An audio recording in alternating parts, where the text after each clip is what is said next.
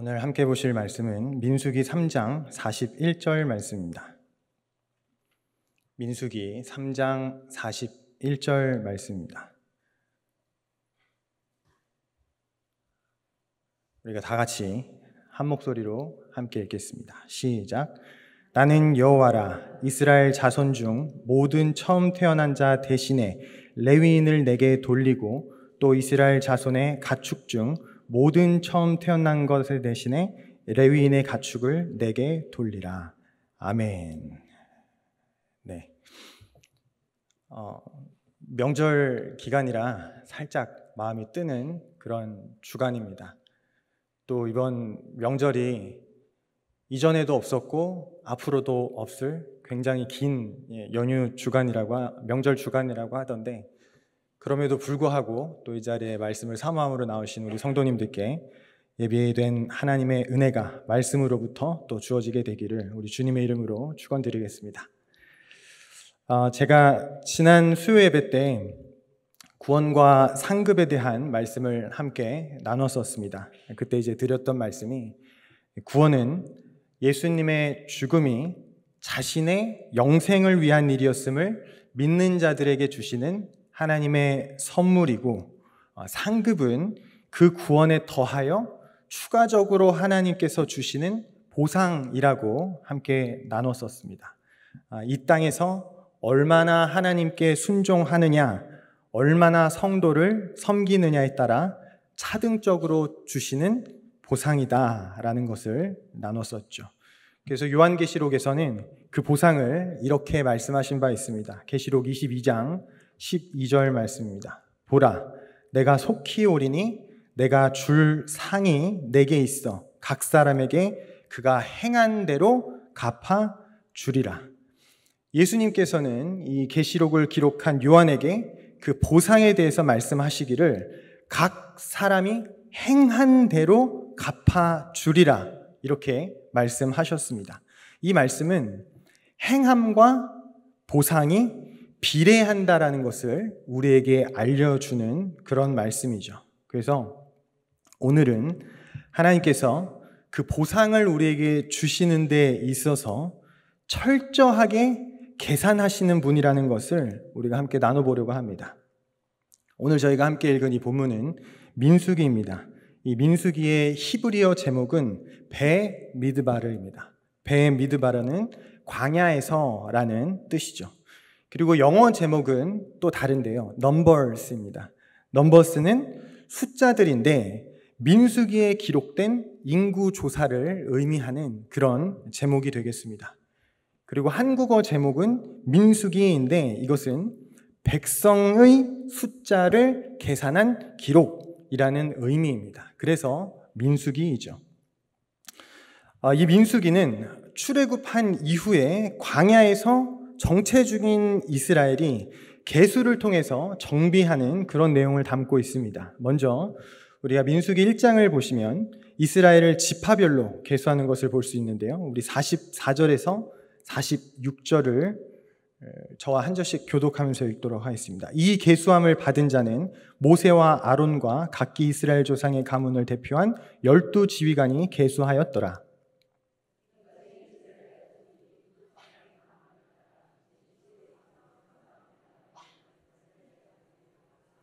함께 읽겠습니다. 계수된 자의 총계는 60만 3,550명이었더라. 네. 20세 이상 전쟁할 수 있는 남자만 계수했을 때 60만 3,550명이었다라는 것을 이제 46절에서 기록하고 있죠. 그러니까 어린이와 노약자와 여성을 더하면 이스라엘의 총수는 적어도 4배 이상은 되었을 것입니다. 그러면 이와 같은 계수가 당시 이스라엘에게 어떤 의미가 있었을까요?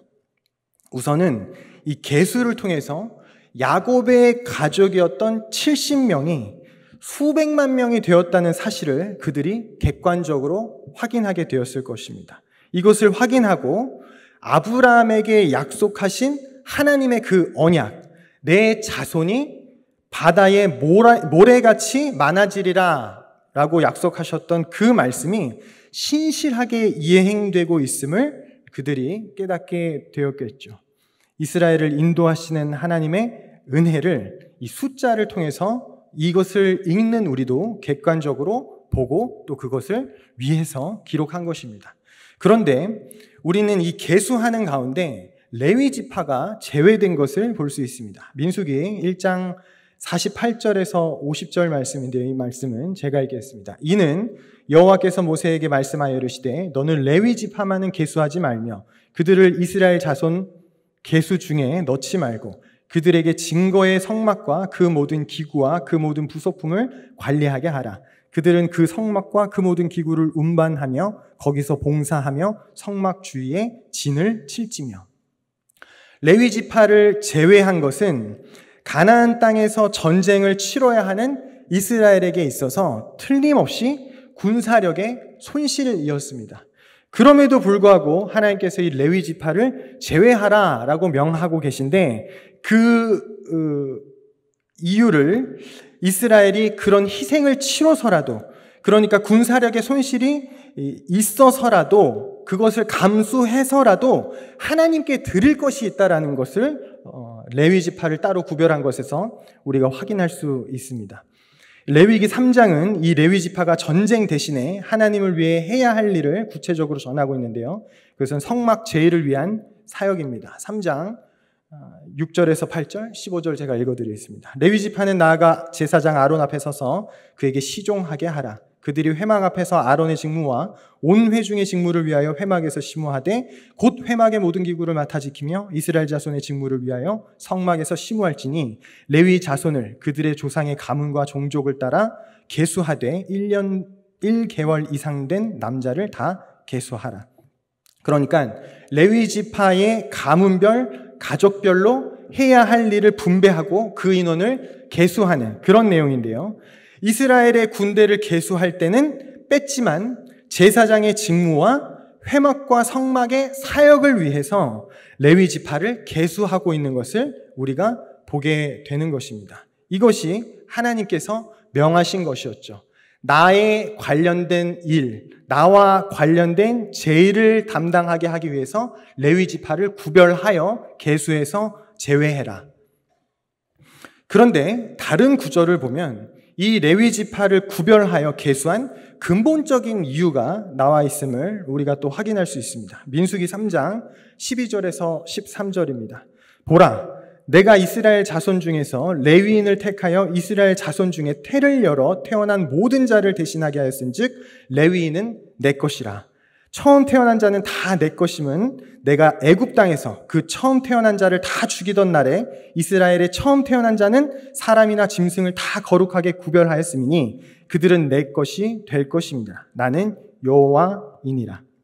하나님께서 무슨 말이냐면 온 이스라엘 중에서 레위 지파를 계수해서 제외하고 그들을 따로 구별하신 이유를 뭐라고 이야기하고 있냐면 이스라엘 자손 중에서 처음 태어난 자들을 대신하기 위해서라고 말씀하시는 것을 우리가 볼 수 있는 것입니다.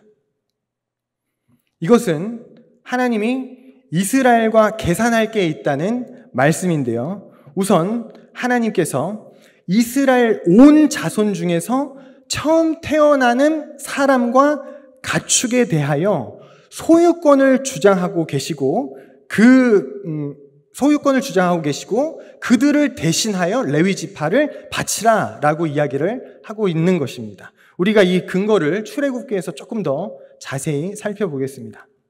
이스라엘 자손이 이집트에서 노예로 있을 때 이스라엘 안에 거하는 모든 첫째들과 관련된 사건이 하나 있었습니다. 바로 이스라엘을 출애굽시키기 위해서 하나님께서 이집트에서 행하셨던 10가지 재앙의 마지막 재앙이죠. 이집트 안에 있던 모든 첫째들, 장자들을 죽이셨던 사건입니다. 출애굽기 12장 29절 30절입니다.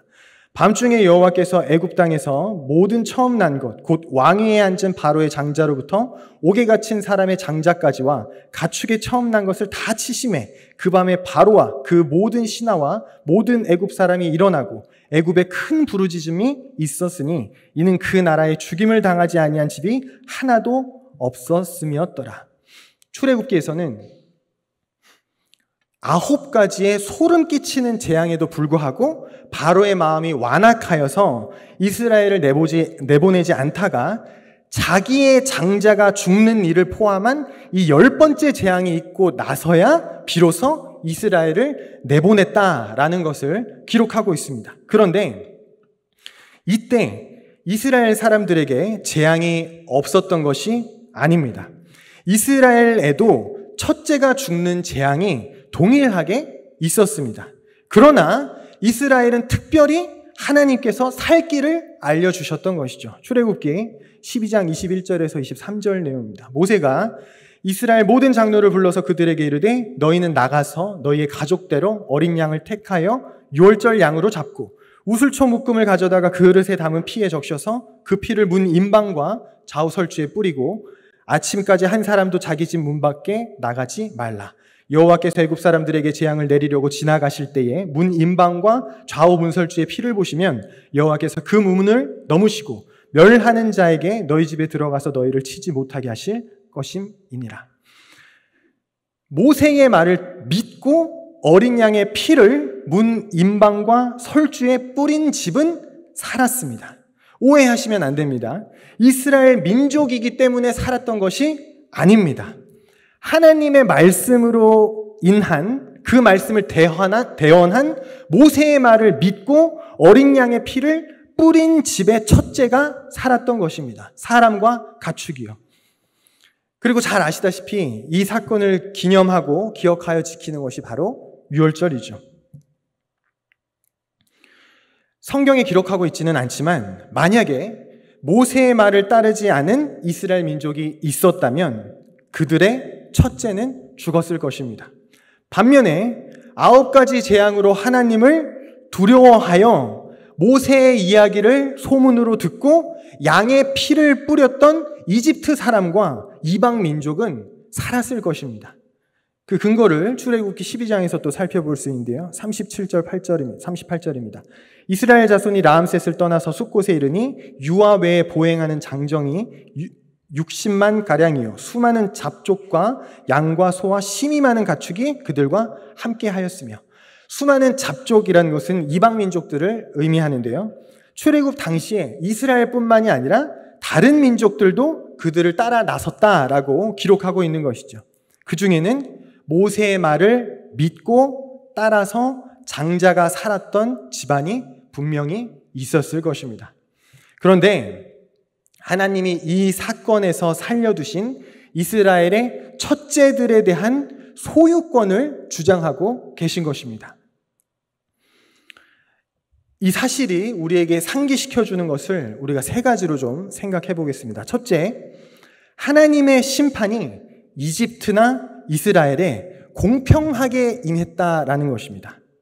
둘째, 구원받은 이스라엘은 특별할 게 없다는 사실입니다. 구원의 특権은 하나님을 믿고 말씀을 따라서 어린 양의 피를 뿌렸기 때문입니다. 이스라엘 민족이 특별해서가 아닙니다. 그리고 셋째, 하나님이 이 특혜 입은 자들에 대한 소유권을 주장하신다는 것입니다.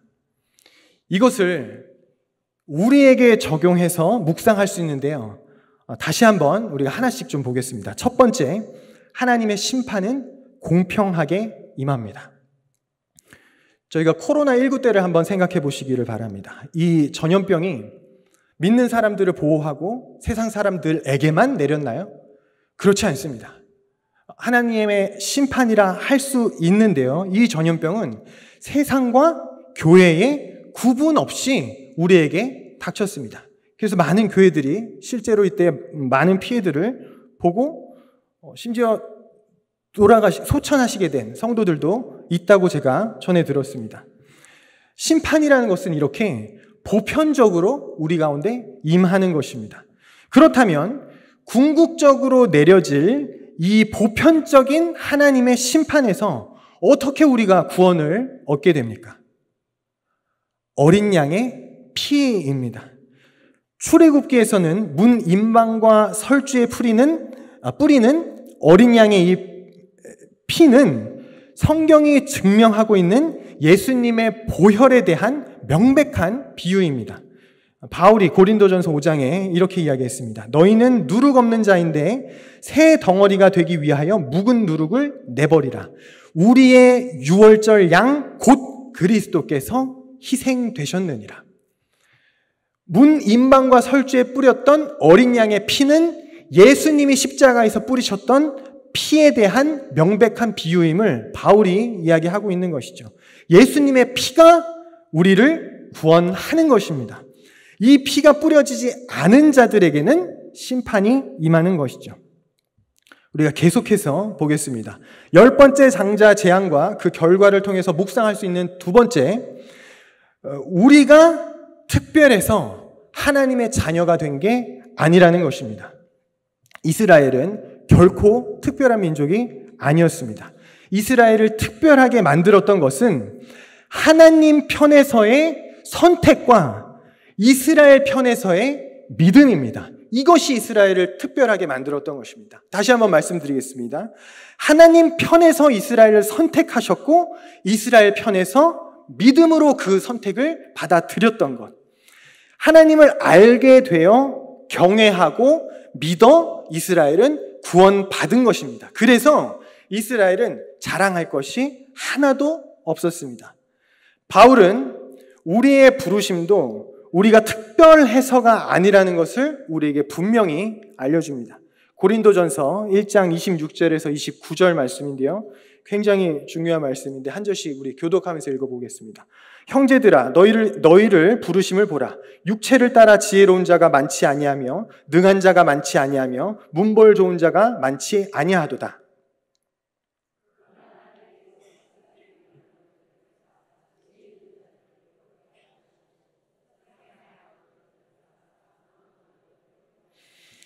하나님께서 세상의 천한 것들과 멸시받는 것들과 없는 것들을 택하사 있는 것들을 폐하려 하시나니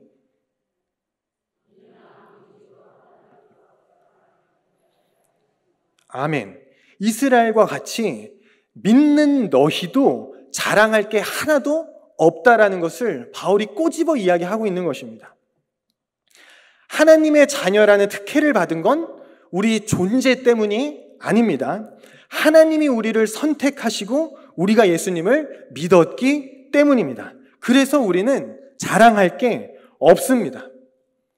그런데 자랑하듯이 교회 안에서 교만한 사람들을 마주 하고 계신가요? 자기가 잘났다는 듯이 자기를 높이는 언행을 하는 사람들을 보시나요? 긍휼히 여겨주십시오. 자기를 특별하게 여기는 사람은 아직 자기를 모르는 사람입니다. 어쩌면 구원의 은혜로 하나님의 자녀가 되는 그 특혜를 주신 하나님과 예수님을 모르는 사람일지도 모릅니다. 마지막으로 세 번째, 하나님이 이 특혜를 받은 자들에 대한 소유권을 주장하신다는 것입니다. 이것이 굉장히 중요합니다. 왜냐하면 우리가 너무 쉽게 간과하는 진리 가운데 하나이기 때문입니다.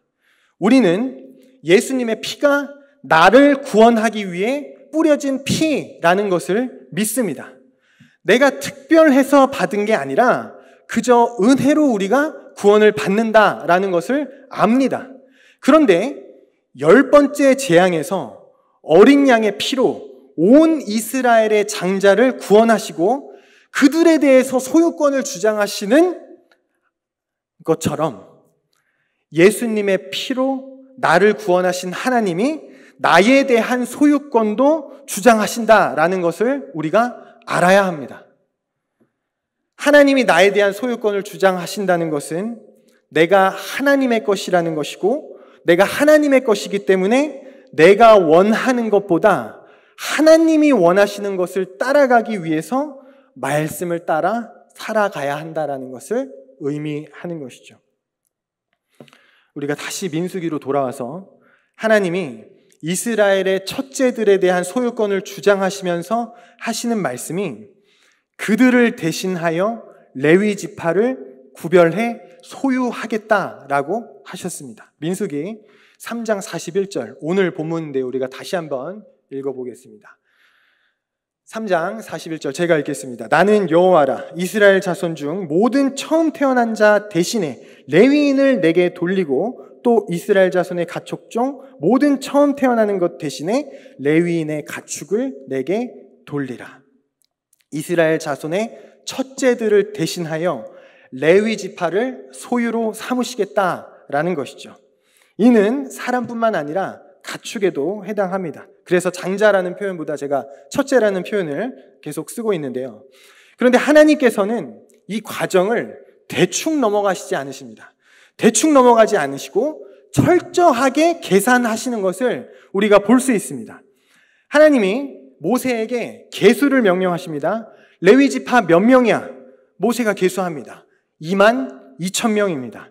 민수기 3장 39절 내용입니다. 모세와 아론이 여호와의 명령을 따라 레위인을 각 종족대로 계수한 즉 1개월 이상 된 남자는 모두 22,000명이었더라. 계속해서 모세에게 하나님이 명령하십니다. 그럼 이스라엘의 모든 첫째들을 세어봐. 모세가 계수해서 하나님께 보고합니다. 22,273명입니다. 민수기 3장 42절 43절 내용입니다. 모세가 여호와께서 자기에게 명령하신 대로 이스라엘 자손 중 모든 처음 태어난 자를 계수하니 1개월 이상 된 계수된 처음 태어난 남자의 총계는 22,273명이었더라.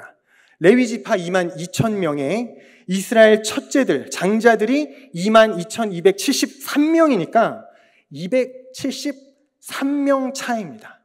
이 차이가 비례해서 크게 차이나 보이지는 않습니다. 그러면 이 273명에 대해서 저라면 레위 지파 총원으로 그냥 퉁치고 그 정도면 비슷하네, 퉁쳐서 대속해 라고 하며 넘어가실 만도 한데 하나님은 그렇게 하지 않으시고 아주 정확하게 계산하시는 것을 우리가 볼 수 있습니다. 민수기 3장 46절에서 47절 말씀입니다.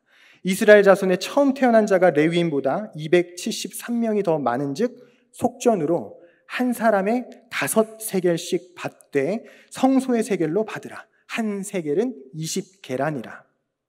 이런 얘기죠. 273명이 모자라? 그러면 모자란 만큼 속전값을 돈으로 지불해. 구체적으로 언급하고 계신 하나님의 모습을 우리가 보게 됩니다. 우리가 여기서 하나님의 성품 중에 하나를 발견할 수 있는 것입니다. 하나님은 철저하게 계산하시는 분입니다.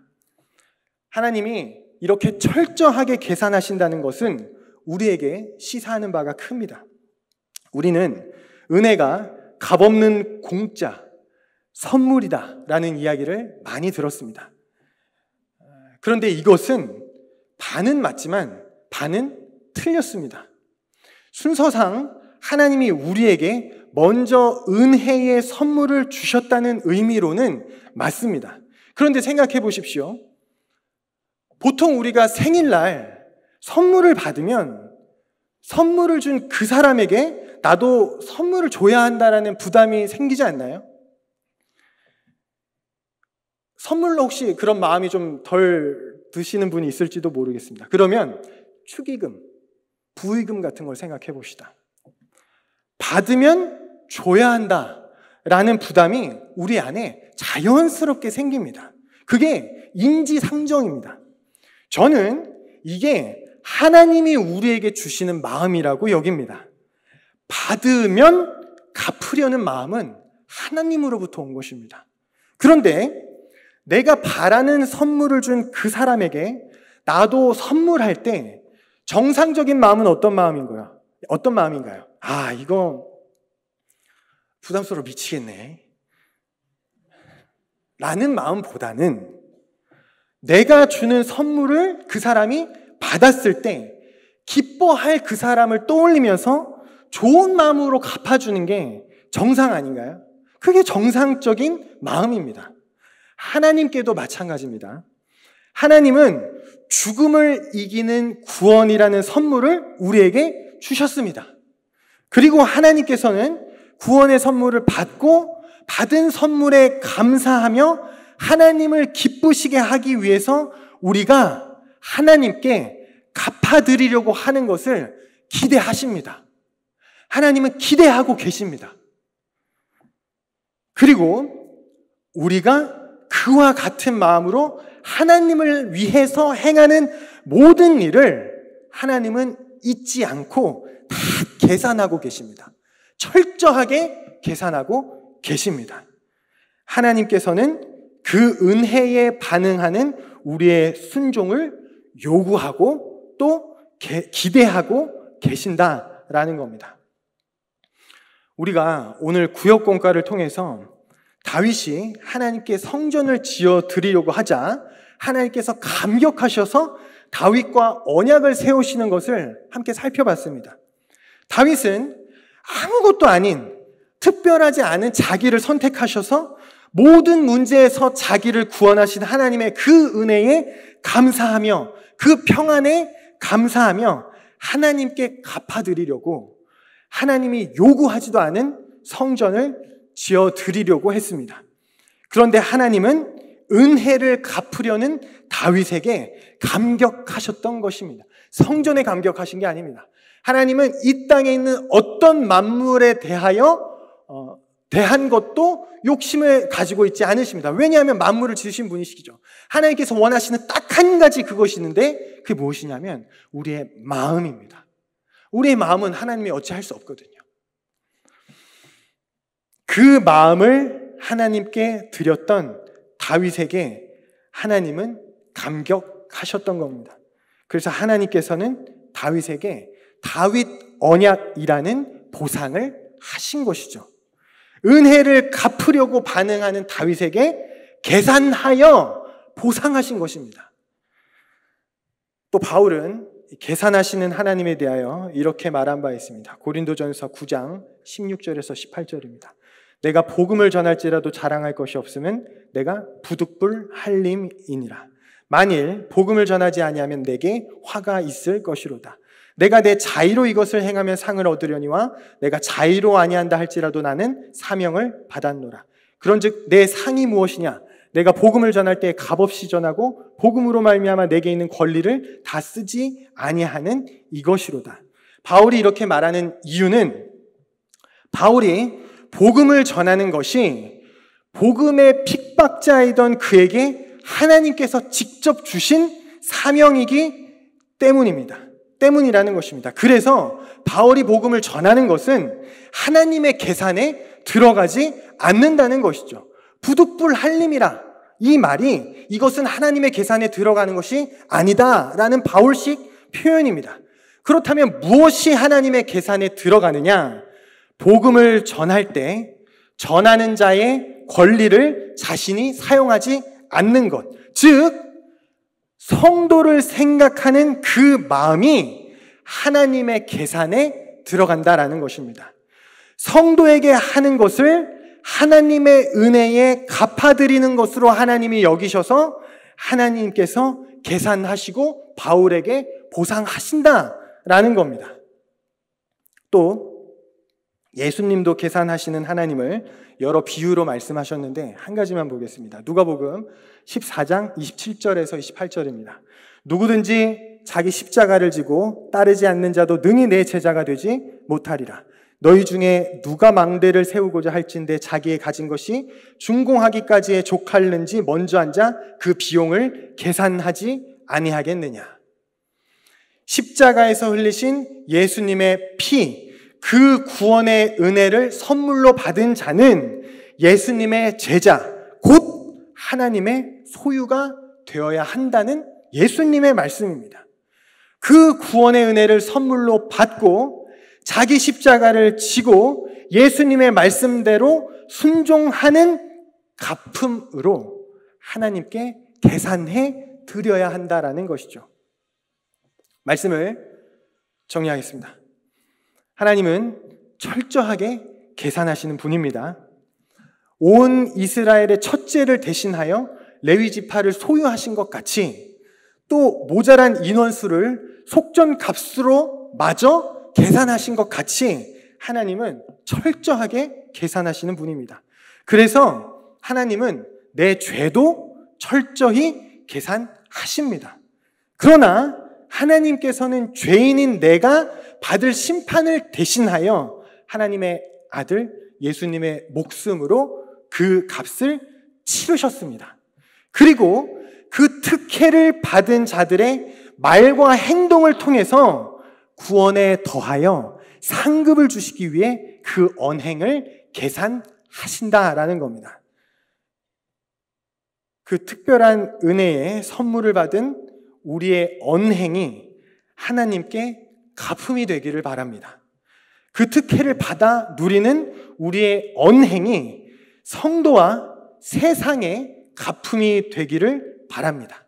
그래서 계산하시는 그 하나님으로부터 하늘의 상급을 쌓아가는 우리 성도님들 다 되시기를 우리 살아계신 주님의 이름으로 축원드리겠습니다.